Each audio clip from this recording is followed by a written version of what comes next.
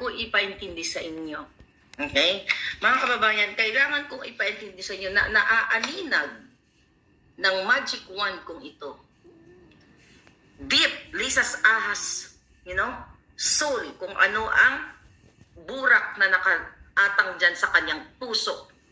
Pusong itim, mga palangga. Ngayon, ano ginawa niya? Recently, this is recent.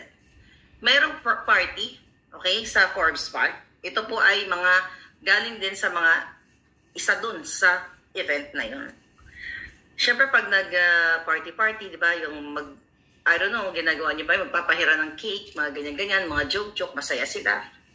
Si Liza Smugs, imbis na ipahid, kumuha ng cake at ipahid sa mukha ng celebrant o ng mga, guest doon, dinukot niya yung bunganga niya, ginanon niya, nilawayan niya at pinahid niya sa mukha ng isa sa mga celebrant at nawindang lahat.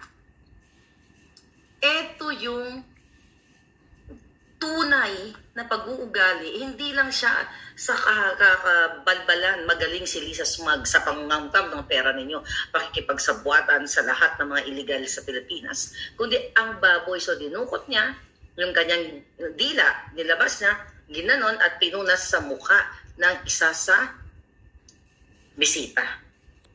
Tama ba yan? Ugali ba yan? Ugali ba yan ng matinong tao? Ganyan ang nangyayari kapag bangag ka. Kadiri, sabi talaga ni Ford. So that's recently lang. Okay? Ngayon, yung dura-dura, di ba, kinuwento ko na sa inyo na isang designer na dinuraan niya, lasing siya. Dahil bangag na bangag siya. Ganito kawalang hiya ang babaeng ito. At even mga PSGs, lahat ng mga nakapaligid sa kanya, alam kung gaano ka-demonyo si Liza.